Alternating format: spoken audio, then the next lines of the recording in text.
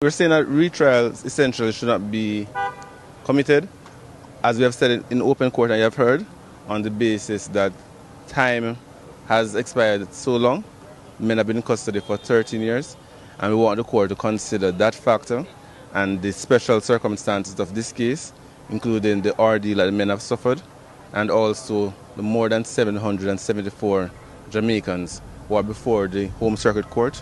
who are waiting on their day in court and who may have their matter pushed back just to facilitate this matter. We say it's not fair for those persons, some of whom are in custody, to have their matter pushed back, and at some time, especially bearing in mind how complex this matter was and how expensive it will be for the taxpayers, that it is not fair that we, having considered all the factors, engage state resources, scarce state resources to deal with a situation like this, bearing in mind that it's the taxpayers who ultimately will pay for everything. I find that statement very concerning, because ultimately I remember reading and hearing about stories of what happened in certain countries, in this country, whereby because the state doesn't have money for ventilation, you have babies who are dying, and when you recall the amount of Jamaicans who are in custody waiting for their days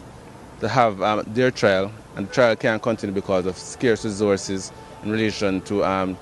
courtroom, etc. And when one recalls the call that the Court of Appeal has been making for years for resources to ensure that they can hear matter in a timely manner, then one wonders what is meant by the state must just pay for it, because the state is you who is home. The state is your scarce taxpayers' dollars being utilized to go down and pursue one case when there are hundreds of Jamaicans and hundreds of victims who are waiting their turn in the queue.